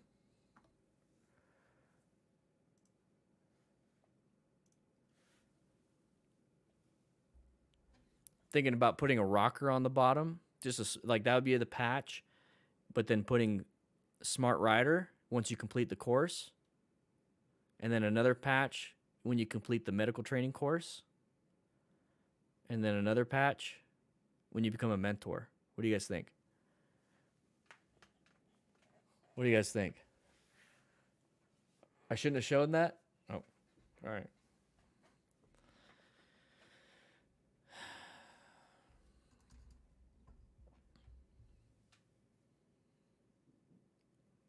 Digging the color. Yeah, boy! But here's every patron, every member, and every time you watch these videos, it supports the stuff I'm talking about. So I really do appreciate all the green in the chat. I appreciate everybody that likes the video. That's a huge thing, by the way. Liking and sharing is huge. Huge. Being a patron helps out tremendously, and I try to give back as much as I possibly can. So that's why we do the gear giveaway too. Hiss, once we get the training down, that way I got a book, guys, coming out. So I can't share. There's too much work. There's too much work. The more I talk about it, the less I'm actually working on it. So, but I love doing live streams with you guys. I love it. I love it. There's almost 2 hours in. Damn. It's not finalized yet. That's the 8th revision. I actually got a message from. You guys want to see who's doing who I'm working with? You guys want to see who I'm working with?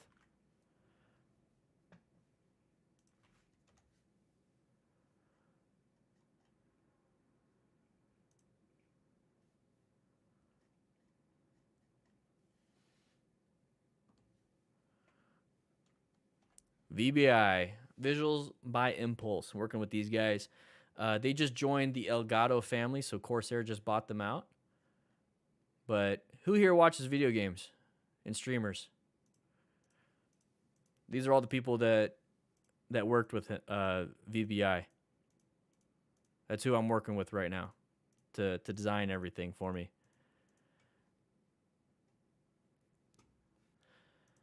I'm just having a good time. I'm spilling all the beans. I'm just having a good time. But here's the thing. Being a patron, being a member, all the super chats, all the monetary support has pretty much paid for all of this. And then it's going to be to a point where I hope I could step away and all the mentors we create is going to take over. Firehouse Racetrack, Robert, that's guys that have goals for that. We just got to get more members, got to get more patrons, and then once we get the book and all these courses out, maybe My goal is well before 2025 to do that. Guys, I have a 10-year plan, 5-year plan, and then the 2021 plan.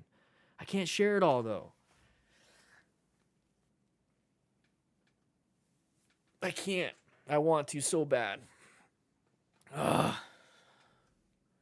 I'm just so excited. I can finally work on these things that you guys have helped me create.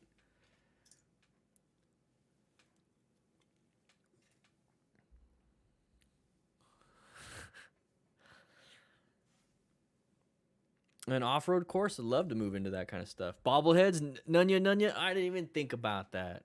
Isotunes earphones, I haven't heard of those. Isotune.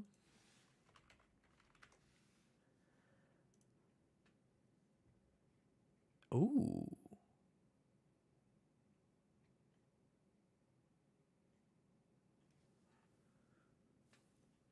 Let's put this up on the... I've been looking for a Bluetooth earbud company.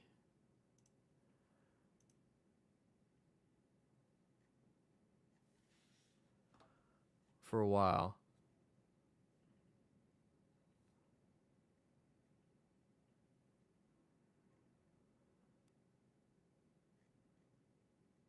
I like these right here.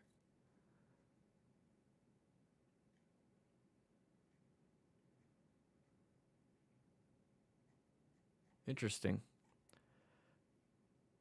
Interesting. Thanks for letting me know about them, man. Appreciate it.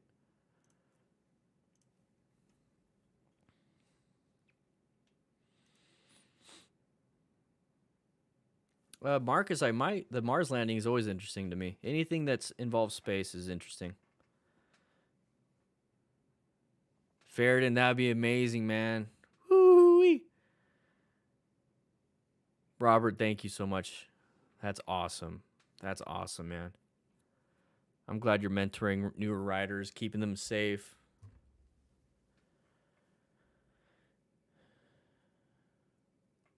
Yeah, Hanny, that's what I'm thinking too. But I mean, I'm